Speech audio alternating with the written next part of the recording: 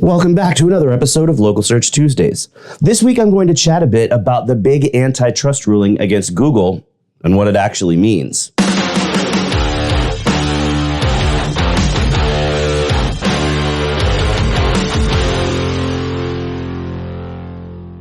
On August 5th, a U.S. district judge released a massive 277-page ruling, the culmination of a 4-year case against Google by the U.S. Department of Justice. Remember the very public Google hearings that were all over the news last fall? This is the outcome of that case.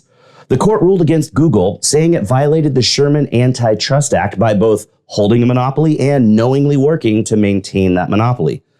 Honestly, no one is that surprised, and nothing is likely to happen anytime soon. Google has already stated its intent to appeal, so the process could drag out for years. But let's speculate a bit. What could happen? Personally, I don't think it's likely that the core of Google's search product will be affected in any way. The court recognizes in the document that Google has long been the best search engine, particularly on mobile devices. Google owns something like 90% of the search market worldwide. What are they going to do? Tell everyone they can't use Google anymore?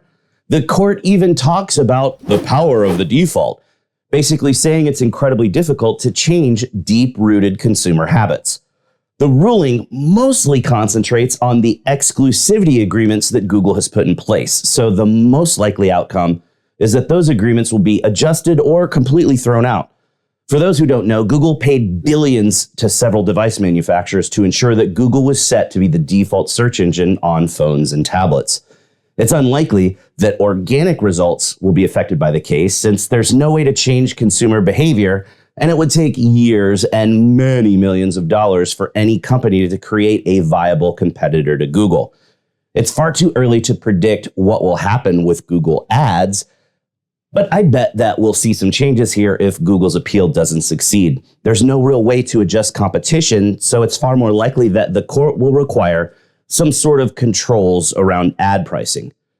Honestly, I think the scariest part of all of this was a statement buried on page 189 of the ruling. It says, over the years, Google has tested whether it can profitably raise its text ads prices by 5% or more without losing substantial advertisers, and the results have been largely consistent. It can. Years ago, Google's mantra was do no evil, and that statement is pretty much the polar opposite of do no evil.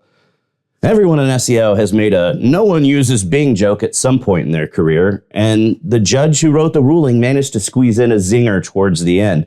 When he's explaining the massive scale of Google's search volume, he mentions that on desktop, users enter 9 times as many queries on Google as all other search engines combined.